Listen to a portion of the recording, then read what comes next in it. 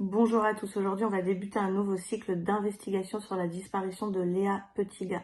Léa Petitga a disparu le 14 décembre 2017. Son téléphone a borné pour la dernière fois à 10h30 près de son domicile. Léa Petitga devait se rendre à son travail mais elle ne s'y est jamais rendue.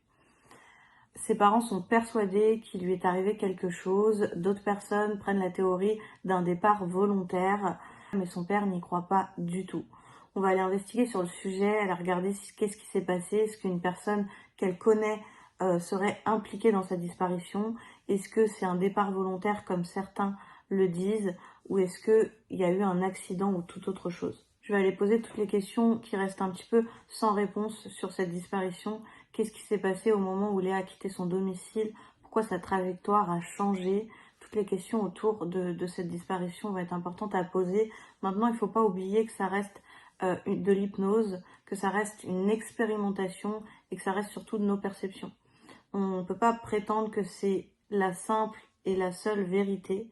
C'est juste notre canalisation, nos perceptions. Et du coup, il faut prendre ce qui vibre en vous et ce qui résonne en vous. J'aimerais aussi poser la question à Lisa concernant le compte Pinterest de Léa Petitga. C'est un compte qui a été créé après sa disparition, où des éléments assez importants sont publiés, donc des dessins de manga, etc. Et Léa Petitga adorait ce genre de dessin. Donc, est-ce que c'est elle derrière ce compte? Est-ce que c'est quelqu'un d'autre? Je pense que la question, elle est importante d'être posée aussi dans ce cycle. Voilà, je vous souhaite un très bon cycle d'investigation et je vous dis à tout de suite. Parfait, Lisa, comment tu te sens? Ça va. Ok. On va pouvoir débuter un nouveau cycle d'investigation aujourd'hui. Juste pour vous en informer, je vais beaucoup mieux suite à l'urbex que vous avez pu voir juste avant cette vidéo. Je suis bien nettoyée, tout est ok et on est prête à reprendre les investigations. Aujourd'hui, Lisa, on va partir sur une nouvelle disparition qui a eu lieu en 2017, le 14 décembre 2017, à Nantes. Léa Petitga a disparu.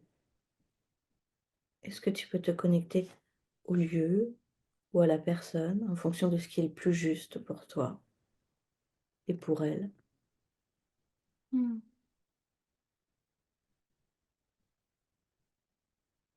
Moi, je suis connectée à une rue. Mhm. Pourquoi? Je crois que c'est la rue de son appartement, de là où elle vit. D'accord. Et pourquoi tu te connectes directement à cette rue-là? Est-ce que... Pour observer, pour voir d'un autre point de vue ce qui se passe. D'accord.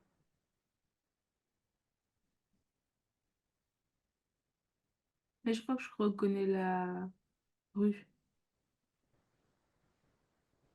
Je crois que c'est une rue que je connais de Nantes. D'accord.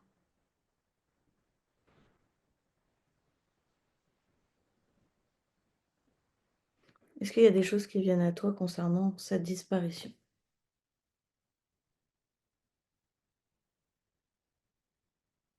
Je la vois,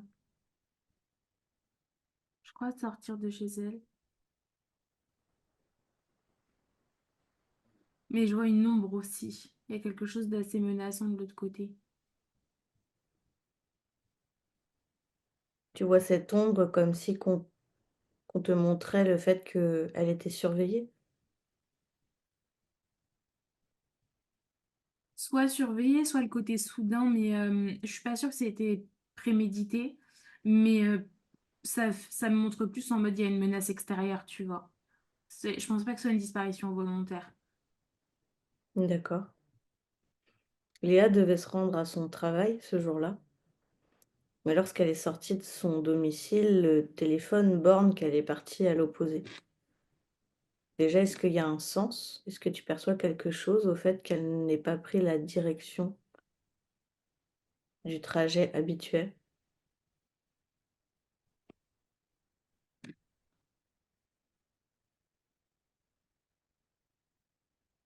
Pour moi, c'est comme si elle avait été détournée.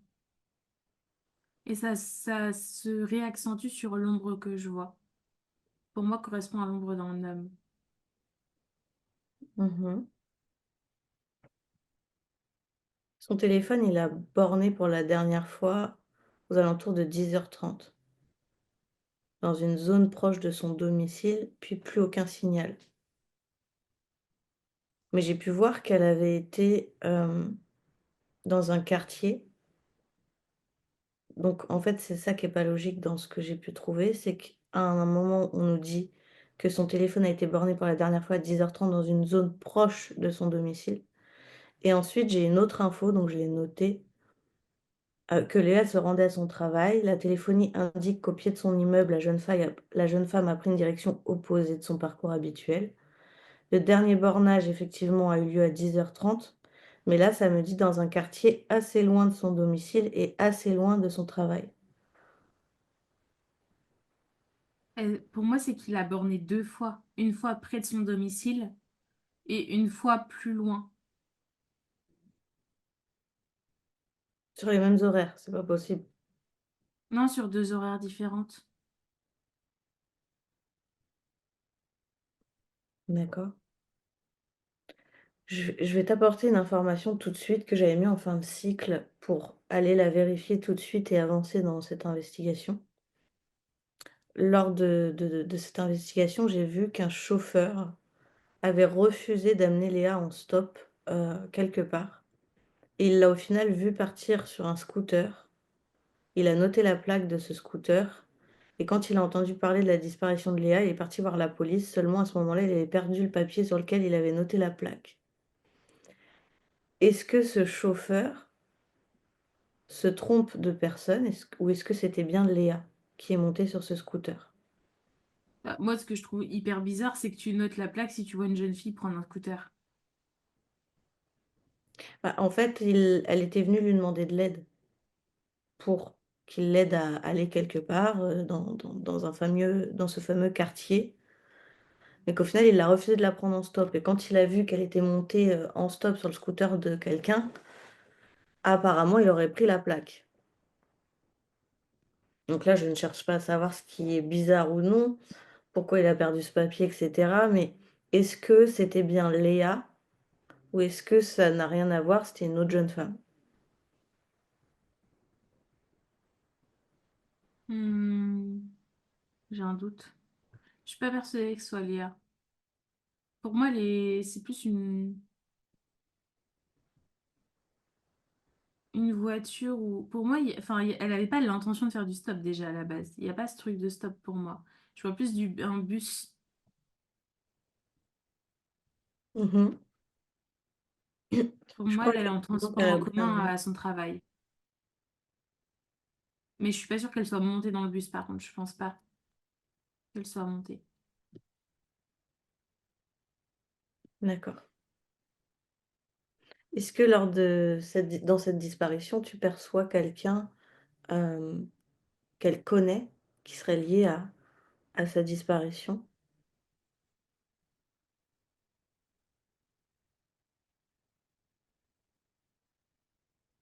Non, je pense pas.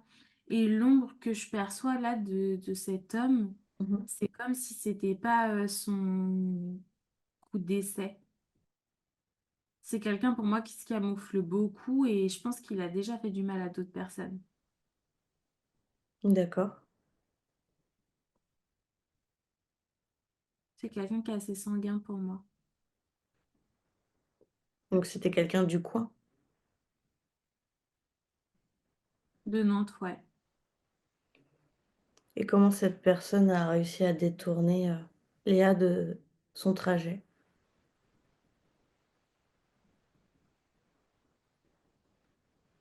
Qu'est-ce qui s'est passé entre le moment où elle quitte son domicile et l'heure à laquelle son téléphone a cessé d'émettre?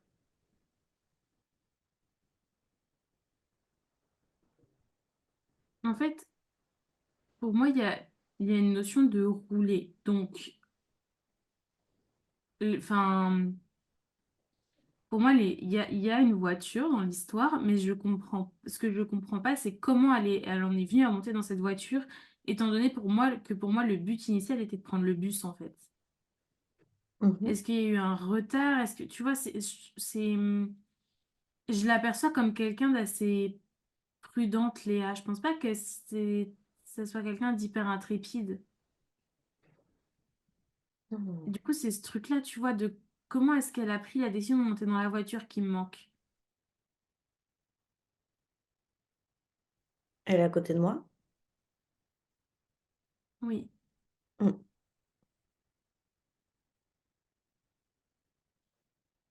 Je me mets à avoir super froid. Et moi, j'entends de l'eau depuis tout à l'heure et ça monte des flashs de la Loire par intermittence. Ok. Cette voiture dans laquelle elle est montée, si tu n'arrives pas à savoir comment, ce qui m'intéresse, c'est de savoir est-ce que c'est cet homme au volant de cette voiture? L'homme de l'ombre? Oui. Oui. Pour moi, oui. Donc elle serait montée dans sa voiture.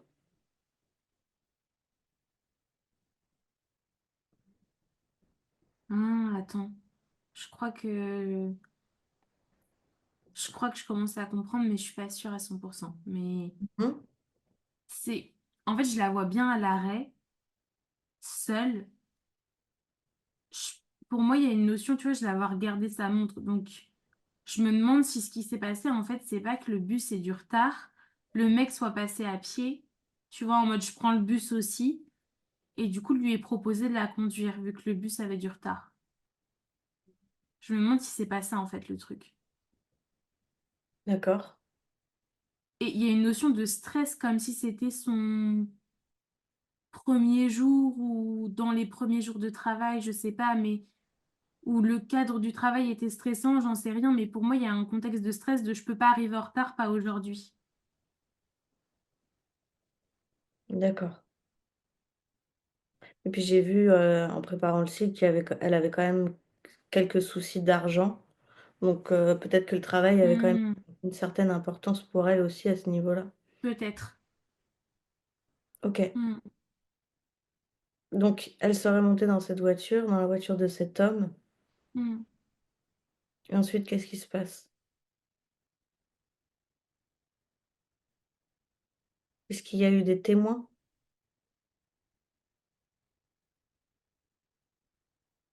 Hmm. Quelques voitures qui sont passées, mais pas... Non, c'était pas... Pour moi, l'endroit où ça s'est passé, c'est pas une zone où il y a énormément de voitures qui passent. Il y en a quelques-unes, mais c'est pas une zone à bouchon, tu vois. Du coup, il n'y avait pas eu de gens à l'arrêt qui auraient pu regarder. Qu'est-ce qui s'est passé? Ils se sont arrêtés? Il l'a amenée chez lui? Pour moi, ils ont été près d'un parc. Euh, je pense que, je sais pas si par la suite il l'a amené chez lui, mais il y a une sensation de froid, de noir. Pour moi, il a essayé d'abuser d'elle. Mmh. Et quand elle a vu qu'il prenait pas la trajectoire, initiale pour aller à son travail, comment elle a réagi dans cette voiture? Au départ, elle s'est pas inquiétée parce qu'il lui a dit que il y avait des bouchons, donc il allait prendre une autre route pour pouvoir arriver plus vite. D'accord, Et au bout d'un moment, quand elle a voulu sortir, la voiture était verrouillée, elle pouvait pas sortir de la voiture. d'accord. J'ai vraiment cette sensation de d'étouffement, tu vois, d'angoisse. OK. On revient à ce moment-là. Pour l'instant, tu t'y restes connecté, mais je vais te poser une question qui Mhm. n'a rien à voir pour essayer de comprendre aussi un petit peu. J'ai vu en préparant le site qu'un compte Pinterest au nom de Léa Petitgars, avait été créé et il y a beaucoup de choses épinglées, donc des dessins et cetera et Léa Petitgars était très attachée justement à tous ces trucs de dessin, de manga. Et là, c'est tout à fait son style, c'est son nom et tout ça a été épinglé, mais après sa disparition. Est-ce que ça n'a rien à voir avec cette histoire ou est-ce que c'est quelqu'un qui aurait créé ce compte? Enfin, qu'est-ce que tu peux percevoir par rapport à ça? Pour moi, c'est une fausse piste. C'est faire croire qu'elle a toujours accès à ses réseaux et que c'est une disparition volontaire. Hmm. Donc en gros, c'est l'assassin qui est derrière ce compte. Hmm. Oui. Oui, je sais pas pourquoi ça me fait penser à, enfin, je pense qu'il y a un lien entre les deux histoires, mais à Nantes, du coup, si tu veux, il y a la Loire qui traverse une partie de Nantes. Donc Nantes est séparée en deux parties. D'un côté, tu as l'île avec les boîtes de nuit, etc. au bout de l'île. Et de l'autre côté, en fait, tu peux te balader le long des quais. Et t'as pas vraiment de vraies barrières de sécurité à proprement parler, tu vois. Et je sais qu'il y a beaucoup d'accidents du côté de l'île en sortie de boîte de nuit. Mais, et ça a été c'est 2017, tu m'as dit que Léa, elle avait disparu. En gros, enfin, à partir de ces eaux-là, même 2020 et même encore un peu après, tu vois, euh, très régulièrement, tu as des personnes qui disparaissent aux alentours de 6, 7 heures du mat, en rentrant de soirée, et on suppose qu'elles sont tombées dans la Loire, sauf que c'est bizarre parce qu'il y a des amis qui disent, bah oui, mais rentrer chez lui, il n'était pas alcoolisé, ou et donc, du coup, vu qu'il y a beaucoup de trafic aussi dans ces zones-là, il y en a beaucoup qui supposent qu'en fait, c'est une mauvaise rencontre et que la personne a été jetée dans la Loire. Et en fait, ça me montre en parallèle ce truc-là. Donc, je sais pas si cet homme-là, tu vois, je t'ai dit tout à l'heure, pour moi, il est impliqué dans d'autres histoires de disparition et tout. Je me demande en fait si c'est pas quelqu'un qui est aussi impliqué dans ces disparus de la Loire, en fait. D'accord. Je comptais venir après te poser des questions sur une identité, mais du coup, on s'est un peu éloigné de ma question. Est-ce que la personne qui est derrière ce compte est la personne qui a fait du mal à Léa?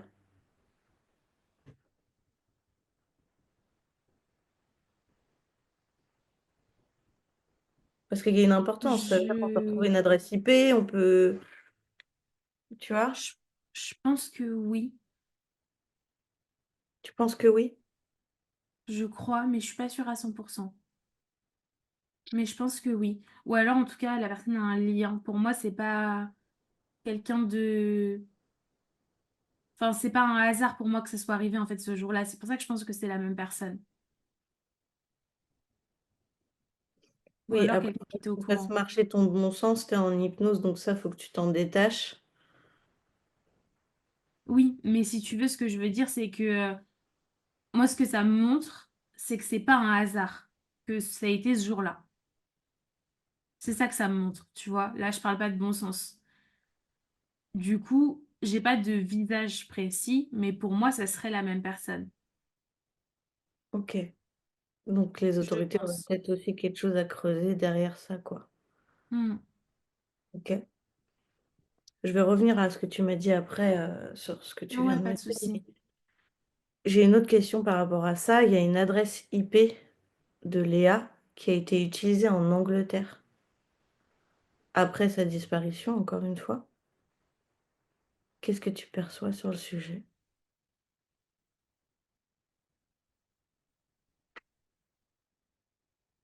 Ça me montre différents points GPS, comme si, je sais pas du tout si c'est quelque chose qui est possible de faire, mais comme si on essayait de brouiller le signal et d'envoyer des fausses adresses IP pour perturber les pistes. Je sais pas si c'est quelque chose qui est possible de faire, de modifier son adresse IP et de la mettre la localisation ailleurs, mais j'ai l'impression que c'est ça que ça montre. Parce que Donc je du coup, vois on vraiment essaierait de faire différents points. croire, aux autorités et à la famille que, Léa a disparu volontairement, en gros. Bah, ou qu'elle aurait été enlevée, mais que du coup, faudrait creuser du côté de l'Angleterre, tu vois, j'en sais rien, mais pour moi, il y a une volonté de détourner l'attention. Et du coup, ça permet notamment de protéger la véritable adresse IP. Mmh. OK. En même temps, je sais OK. pas si c'est quelque chose de possible, mais Tu vois, au vu de ce que ça montre, pour moi, ça serait quelque chose comme ça. D'accord. Je vais te donner l'identité d'une personne. Donc, c'est un criminel récidiviste dont le Mhm. nom a été évoqué dans l'enquête, sans lien avéré, de François Vergniaud.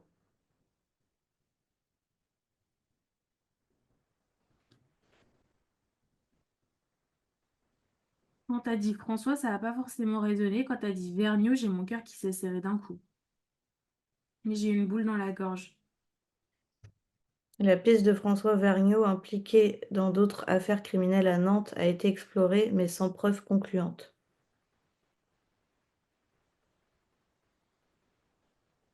Pour moi, vu les sensations que j'ai dans le corps quand tu m'as dit son nom de famille, c'est pas impossible.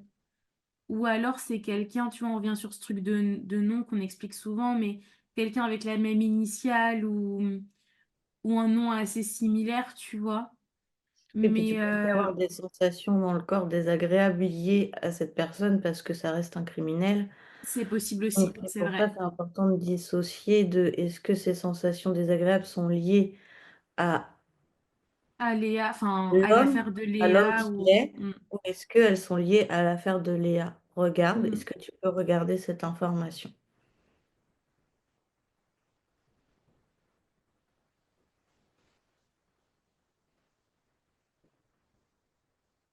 J'ai un doute.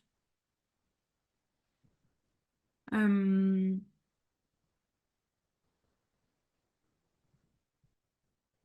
pour moi, il y a peut-être un lien, mais pas forcément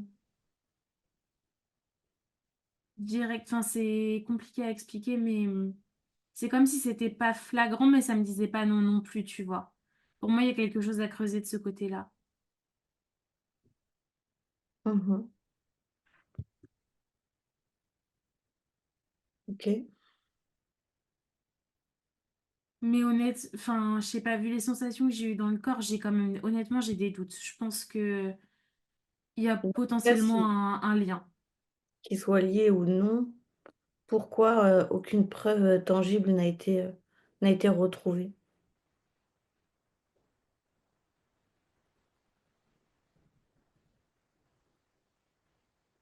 Pour moi, on revient un peu sur ce truc de récidive dont je te parlais tout à l'heure. C'est quelqu'un qui a un procédé opératoire assez complet, en fait. Et du coup, je pense que c'est quelqu'un qui est rodé, qui est habitué. Donc les preuves, puis tu sais, enfin, un enlèvement, enfin là, tu vois, c'est pas un enlèvement, enfin, c'est un enlèvement sans en être un, dans le sens où, de ce que je perçois, Léa, elle serait montée de son plein gré dans cette voiture.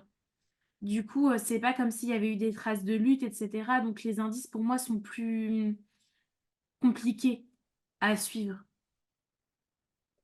Tu sais, j'ai la sensation que même si t'envoyais, je sais pas si ça a été fait d'ailleurs, mais tu vois, des chiens pisteurs et tout, ça serait compliqué.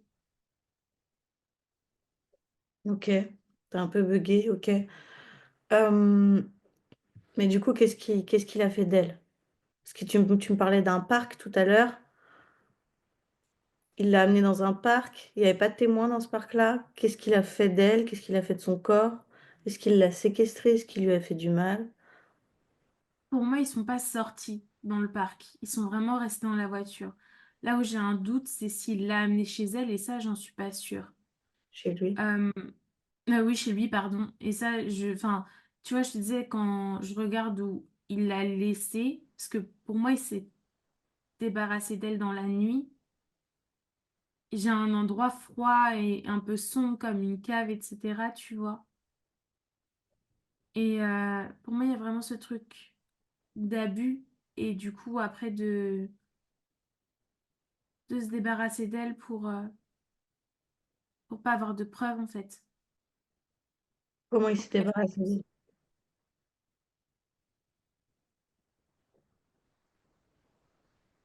Je pense que c'est de l'étranglement.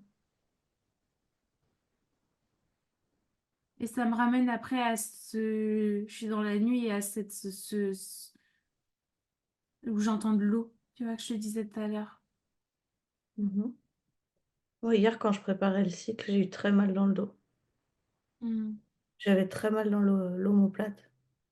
OK. Pour moi, c'est la pression. Elle était pas quand il a abusé d'elle, pour moi, elle était pas morte à ce moment-là. Donc c'est peut-être ça que tu ressens, tu vois? L'appui contre, une surface qui est pas agréable. Le fait de se sentir maintenu, d'être maintenu.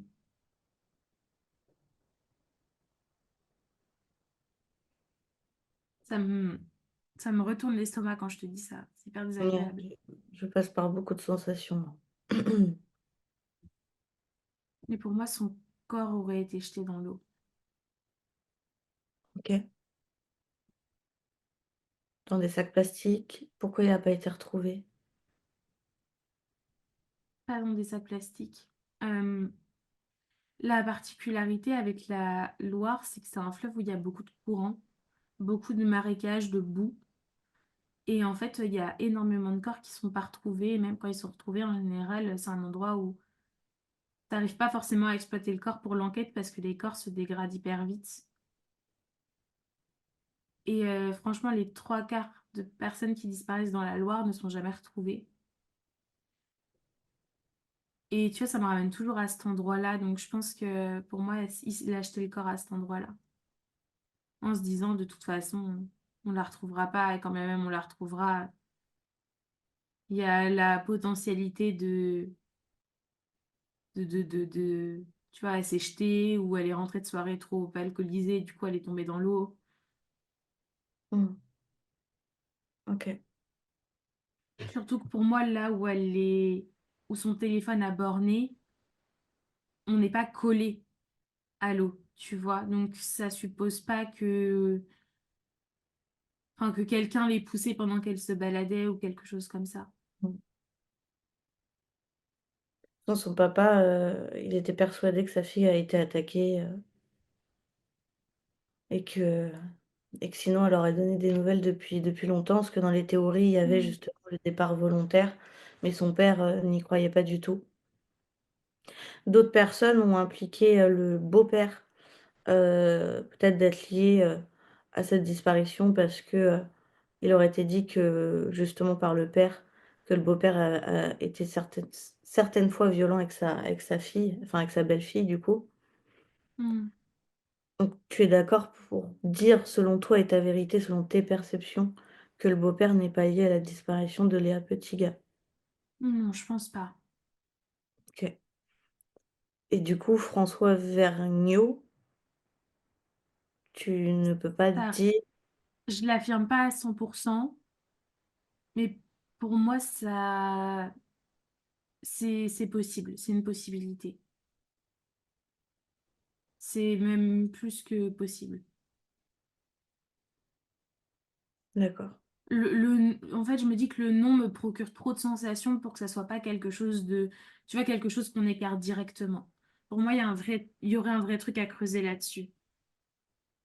OK. Est-ce que Léa, aujourd'hui, est en lumière? Non, Pourquoi? elle n'arrive pas à comprendre ce qui s'est passé. Elle reste bloquée, en fait, dans, dans le noir, Mmh. dans le froid. Et là, tu me disais qu'elle est à côté de moi, enfin, du moins je la Mm, ressens tout à l'heure. mm. Le fait qu'on ait investigué sur le sujet, est-ce qu'elle comprend mieux ou pas? Oui, mais c'est très compliqué pour elle. Mmh. Je Est-ce la que tu rassure, je la réchauffe déjà, dans un premier temps. ce que j'allais dire. Je lui envoie beaucoup d'amour pour pouvoir la rassurer.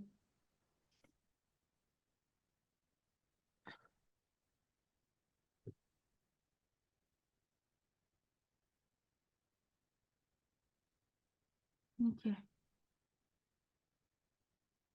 Tu peux lui montrer, tu peux aussi la rassurer sur le fait qu'on a beaucoup d'incarnations où on vit des morts pas forcément, agréables, Mm. Pour autant, l'important, c'est de couper, c'est de récupérer nos parts émotionnelles pour Mm. pouvoir avancer et ne pas répéter ou ne pas rester bloqué en l'occurrence.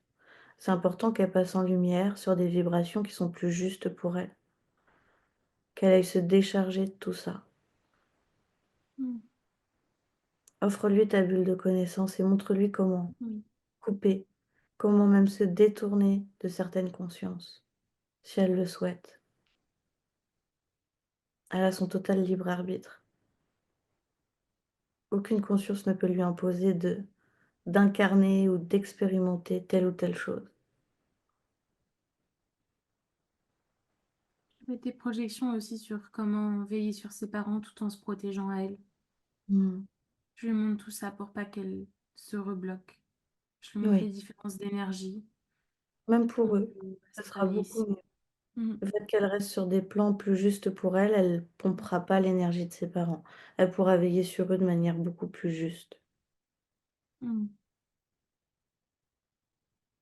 Le fait de se recentrer sur ses liens d'amour avec les autres, ça lui fait du bien. Ça la réalimente de manière juste. Ouais, j'ai des sensations assez fortes qui me traversent là.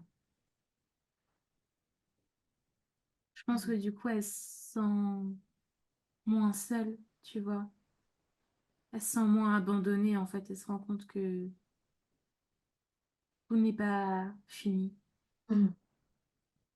tout n'est pas perdu. Elle est prête à passer. Parfait. Elle peut être fière d'elle. Tu Mm. l'embrasses et tu la fais passer.